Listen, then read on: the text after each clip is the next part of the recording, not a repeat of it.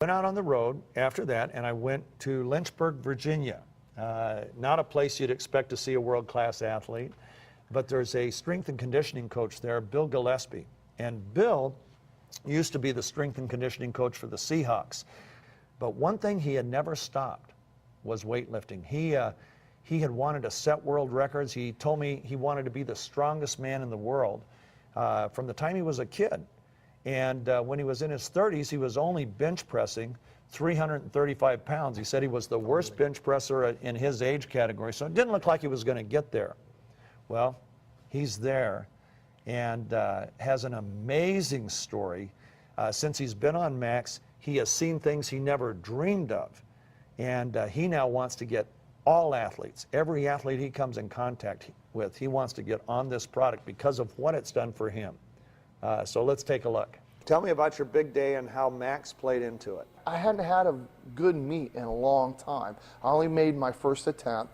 I went up 30 more pounds and I missed it. And it just seemed like things just never clicked. I was introduced to MaxGXL, and I was told if you really want to have a chance to have your peak performance, you should try to take 4 packs a day. Okay, it made sense, the science makes sense, and I said, I'll give it a try. I go to this meet in Wisconsin, and I had the day of my life. I went 4 for 4. I set a total of 5 world records, and in fact, the 804, when you watch it, looked easy.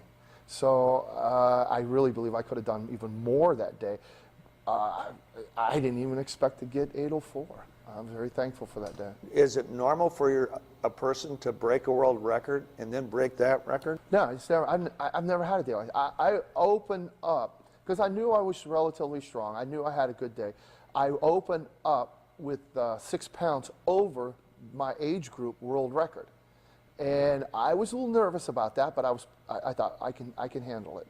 And I was pretty confident in my first and second attempt. I thought I had a good chance. What I didn't realize was those were going to be the 2 toughest attempts I took. After that, it got easier.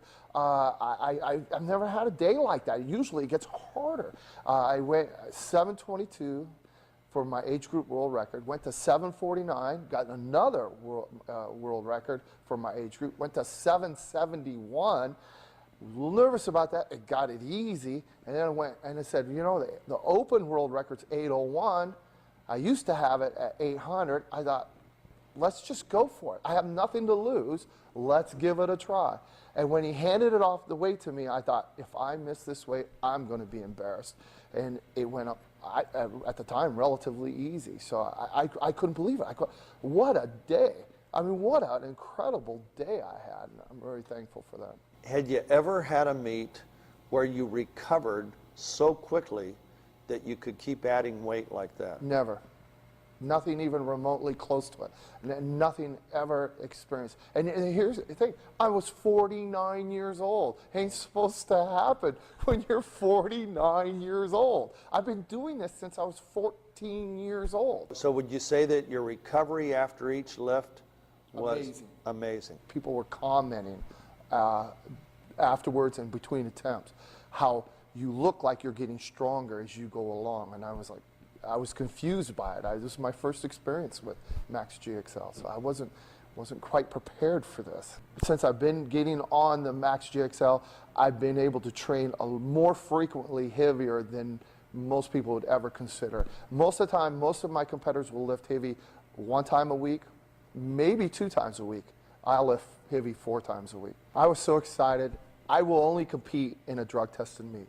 The first thing I did is I go to the meet director and I said, I want to be first in line to get drug tested. I want to get drug tested right now. He says to me, he goes, Bill, you are the only guy that always insists on getting drug tested. I said, it's because I have nothing to hide. So that guy got drug tested. I had been drug tested 8 weeks earlier, so there was nothing to hide. I got my test results back. Everything perfectly clear, no masking agents. Everything's 100% approved, and I have been lifetime drug-free all my life.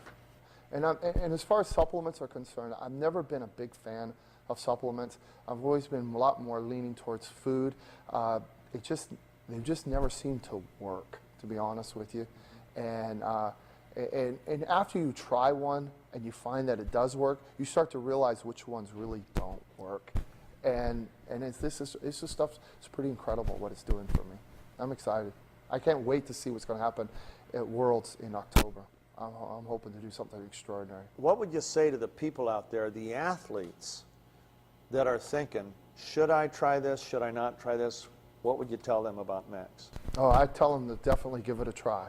If you're finding that you're not recovering from workouts, because that's the key. We assume as athletes and as coaches that you're going to work hard. We assume that you're going to do a program that's going to make you better. The key, the true key to success is recovery. How fast can you recover so you can duplicate that workout again? And MaxGXL has allowed me to do that at 49 years of age, almost 50. If it works for me, what could it do for someone younger than me? It'd be amazing.